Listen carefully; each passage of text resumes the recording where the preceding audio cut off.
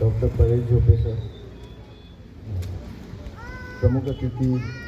Shri Pankaj घाटोडे sir, घाटोडे madam आणि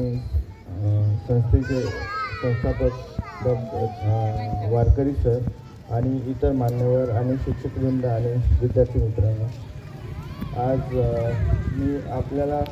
या 76व्या प्रजासत्ताक दिनाच्या निमित्त सर्वांना शुभेच्छा देतो